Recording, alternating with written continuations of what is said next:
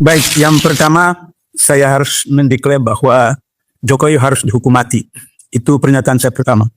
Jokowi harus jadi hukuman mati berdasarkan pasal 2 ayat 2 Undang-Undang Tidak Pidana Korupsi. Karena pasal 2 ayat 2 menyebutkan dalam keadaan tertentu pidana mati dapat diberlakukan. Jadi jangan kita kira bahwa Undang-Undang Tipikor tidak menjatuhkan hukuman mati. Ada pasal 2 ayat 2 Undang-Undang Tipikor.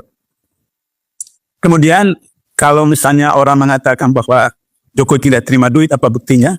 Pasal 2 ayat 1 tidak menyebutkan orang itu menerima duit itu. Karena pasal 2 ayat 1 hanya mengatakan terjadi tindakan melawan hukum yang mengakibatkan kerugian keuangan negara atau negara yang dapat mendatangkan keuntungan bagi diri pribadi, orang lain, atau korporasi. Maka dijatuhi hukuman seumur hidup minimal 4 tahun, maksimal 20 tahun, denda minimal setengah M, maksimal 1 M. Jadi Jokowi tidak terima, tapi orang lain terima. Tapi terjadi kerugian keuangan negara. Jadi untuk itu maka saya harus jelaskan sedikit. Saya garis bawahi apa yang disampaikan oleh Mas Isnur dan Mbak Fitri dengan mantan pimpinan KPK Pak Saud. Ada yang disebut dengan corruption berdasarkan motif. Ada corruption berdasarkan target. Nah, saya hanya fokus malam ini pada corruption berdasarkan target. Maka ada yang disebut dengan material corruption, ada yang disebut dengan political corruption, ada yang disebut intellectual corruption. Material corruption adalah korupsi yang hasilnya materi, uang, jabatan, aset, dan seterusnya. Ihsan dan Gibran itu menerima dana 93 miliar dari satu perusahaan karena kasus kebakaran hutan di Sumatera Selatan. Dan kemudian dana itu digunakan untuk membeli saham dari satu perusahaan senilai 90 miliar. Ini materi. 2 tahun lalu, Jokowi terima 5 triliun dari seorang pengusaha di Kalimantan Selatan melalui Kaisang. Dan Kaisang menerima 5 triliun itu membeli saham dari perusahaan kelapa sawit di Malaysia.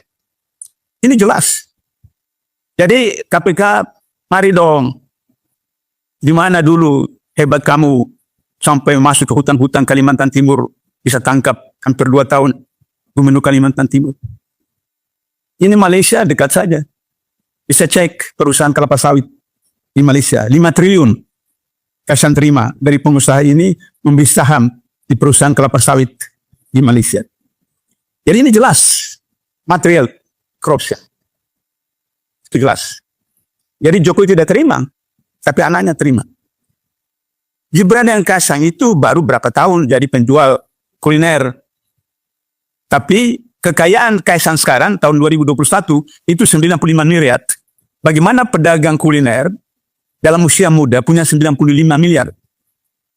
Seperti itu. Oke, material corruption. Sekarang political corruption.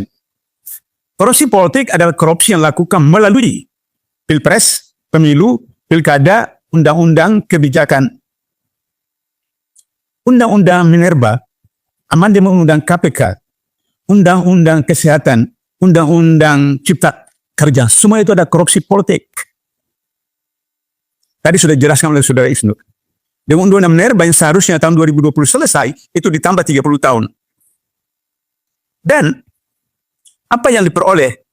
Pemerintah mengatakan bahwa ekspor batubara naik, ekspor nikel naik, dan seterusnya. Yang ekspor bukan pemerintah. Yang ekspor adalah oligarki.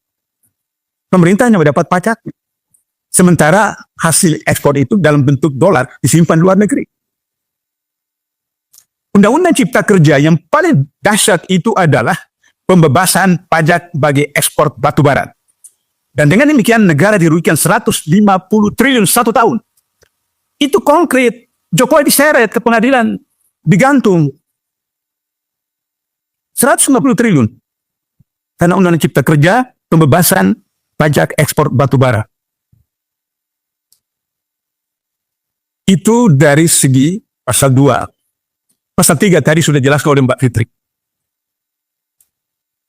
Tahun 2020, Jokowi memanggil Ketua DPC PDIP dari Solo menghadap istana. Dan meminta agar supaya Gibran diajukan sebagai calon wali kota Solo. Ini korupsi politik. Istana itu urusan negara, urusan masyarakat. Urusan partai, di kantor partai, bukan istana. Ketika SBY sebagai presiden, soal partai dia bicarakan di rumah dia atau di kantor dia. bukan di istana. Jadi itu korupsi politik yang konkret. Nepotisme yang jelas. Gibran dipaksakan jadi wali kota Solo. Kemudian tadi disinggung oleh Pak Saud, bagaimana tujuh Mbak Fitri tadi, bagaimana rekayasa agar supaya ketua MK yang ada iparnya, yang beberapa waktu presiden tidak pernah nongol, terakhir setelah kali ke-8 atau kali ke-7 sedang itu nongol, terus kemudian disahkan untuk kemudian Gibran bisa jadi wakil presiden. Padahal kalau dihitung dari jumlah anggota MK yang setuju untuk bisa wakil presiden, itu hanya 2 orang, yang lain itu untuk gubernur dan wali kota atau bupati. Sehingga majority itu menolak. Tapi karena KPU mengaku sendiri bahwa mendapat surat sakti dari Jokowi, maka diterima Gibran. Ini fakta. Ini fakta.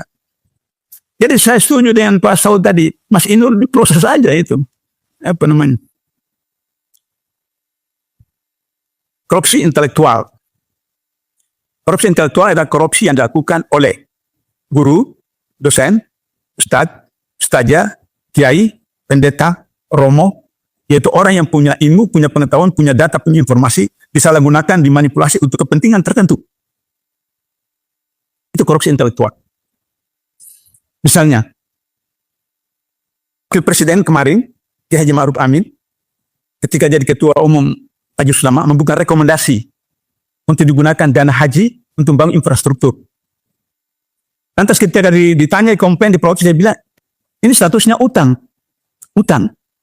Kapan pemerintah minta izin dari orang yang menabung uangnya untuk haji? Bahwa kami gunakan uangnya. Kapan? Ini korupsi intelektual. Dia seorang kiai, seorang ulama, ketua MUI, memberikan rekomendasi untuk menggunakan dana haji untuk membangun infrastruktur. Sehingga akhirnya tahun lalu, dan haji naik melambung. Kenapa? Karena dana tabungan jamaah haji itu sudah tidak ada. Maka kemudian dilimpahkan kepada calon jamaah seperti ini. Ini korupsi intelektual. Jadi kalau misalnya kasus PIK 2 ada kemudian MUI pusat mengatakan harus ditinjau, MUI Banten mengatakan dukung PIK 2. Ini korupsi intelektual. Bagaimana MUI pusat bisa berbeda dengan MUI daerah PIK 2? Seperti itu. Terakhir, karena banyak narasumber kita perlu diskusi, saya mau sempurnakan Mbak Fitri tadi bahwa Soeharto itu diadili, Mbak Fitri. Soeharto diadili sebagai terdakwa korupsi. Saya menyaksikan. Tapi kali kedua, karena sakit, kemudian disebutkan semacam gangguan di kepala, maka kemudian dihentikan oleh Kejaksaan. Jadi Soeharto diadili sebagai terdakwa korupsi. Kemudian karena gangguan kesehatan permanen, maka kemudian ditutup, maka Kejaksaan Agung mengajukan perdata, yang tadi Mbak Fitri katakan itu. Dan kemudian dijatuhi hukuman perdata bagi yayasan yang Soeharto. Artinya bahwa Soeharto pernah diadili. Jadi kalau Soeharto pernah diadili, sudah ada presidennya bahwa presiden bisa diadili. Karena itu maka rame-rame kita dorong Jokowi diadili. Untuk itu maka civil society, kemudian mahasiswa, sayang Ucen belum hadir ya, Ucen yang bisa gerakan mahasiswa, untuk kemudian menggerakkan masa turun. Soekarno itu presiden seumur hidup, panglima tertinggi ABRI, besar revolusi, bisa dilengsarkan. Soeharto itu 32 tahun berkuasa, bisa dilengsarkan. Apalagi cuma Jokowi, yang ijazahnya juga di pengadilan belum selesai, apakah palsu atau tidak, dan seterusnya seperti itu. Bisa dengan mudah diproses ke pengadilan seperti itu. Dan saya kira Pak Saud itu setuju kalau kita biar sudah kepala 6, kepala 7 ini turun lagi ke lapangan untuk berpanas-panas, berhujan-hujan agar supaya Jokowi diseret ke tiang gantungan melalui pengadilan yang transparan. Pengadilan menjadi penting karena kita tidak bisa menuduh hari ini Soekarno komunis karena tidak ada pengadilan yang memutuskan Soekarno terlibat komunis atau tidak.